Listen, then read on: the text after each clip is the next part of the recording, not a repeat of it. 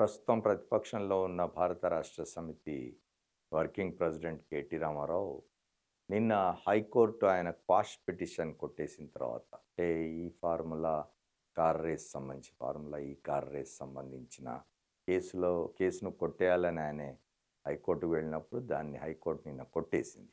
కొట్టేసి దీని మీద దర్యాప్తు జరపవచ్చు అని చెప్పి అనుమతి ఇచ్చిన సందర్భంగా ఆయన మీడియాతో మాట్లాడుతూ చాలా విషయాలు చెప్పినారు.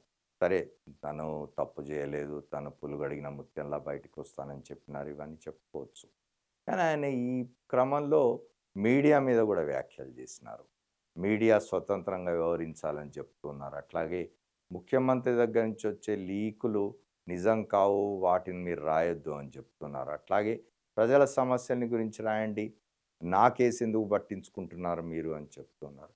ఇట్లాంటి సుద్దులన్నీ కూడా అధికారంలో ఉన్నప్పుడు కూడా మాట్లాడుంటే బాగుండేది. అధికారంలో ఉన్న కాలంలో 9.5 సంవత్సరాల కాలంలో కేటీ రామారావు గాని, వారి తండ్రి గారు ముఖ్యమంత్రిగా ఉండిన కేసీఆర్ గాని, ఎక్కడ చిన్న వ్యతిరేక వార్త పత్రికల్లో కనిపించినా విలేకరులను పట్టుకొని బహిరంగంగా పత్రికా గోష్ఠుల్లో దబాయించిన సందర్భాలు అనేకం ఉన్నాయి. ముఖ్యమంత్రిగా ఉన్న కాలంలో కేసీఆర్ గారు ఏ రోజున ప్రగతి భవన్‌లో కావచ్చు, తెలంగాణ భవన్‌లో కావచ్చు, పత్రికాగోష్ఠి నిర్వహించిన మీడియా వారిని నిందించకుండా, మీడియా వారిని విమర్శించకుండా వెళ్ళలేదు. నిజమే, కేటీ రామారావు గారు చెప్తున్నది 100% నిజం. ఇట్లాంటి కేసుల మీద కాకుండా పత్రికలు తప్పనిసరిగా ప్రజా సమస్యల మీద దృష్టి పెట్టాలి. ప్రజలు ఎటువంటి సమస్యలు ఎదుర్కొంటున్నారు, ప్రభుత్వం ఎటువంటి కార్యక్రమాలు చేస్తున్నది, ఆ కార్యక్రమాల్లో ఉండే లోపాలేమిటి, ప్రతిపక్షం ఎట్లా వ్యవహరిస్తున్నది, ప్రజల పక్షాన్ని నిలబడి పోరాటం చేస్తున్నదా లేదా, ఇట్లాంటి వార్తలన్నీ రాయాల్సిన అవసరం ఉన్నది మీడియాలో. కానీ ఇవాళ మన మీడియా పరిస్థితి ఏమిటి? మీడియా ఇవాళ రాజకీయంగా కూడా చీలిపోయి ఉన్నది మీడియా.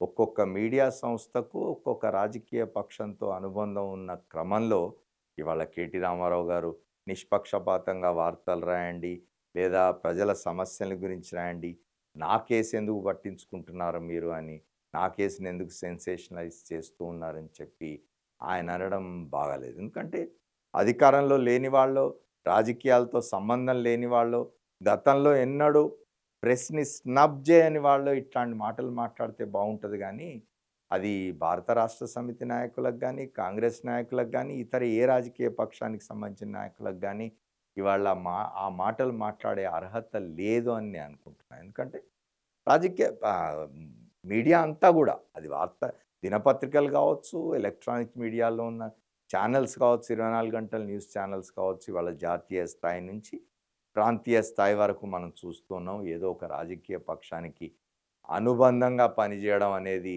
సర్వసాధారణమైపోయింది. 1, 2 మినహాయింపులు ఉంటే ఉండొచ్చు పత్రికల్లో కానీ, ఛానళ్ళలో కానీ. కానీ దాదాపుగా ఇప్పుడు మనం నిజానికి మాట్లాడుకోదలుచుకుంటే పేర్లు కూడా చెప్పొచ్చు. ఏ పత్రిక, ఏ ఛానల్, ఏ రాజకీయ పక్షానికి అనుబంధంగా పనిచేస్తున్నదని. ఒక మాట చెప్తారు, తవ్వినా కొద్దీ ఎముకలు బయటపడతాయని చెప్పి. There are more skeletons in this cupboard.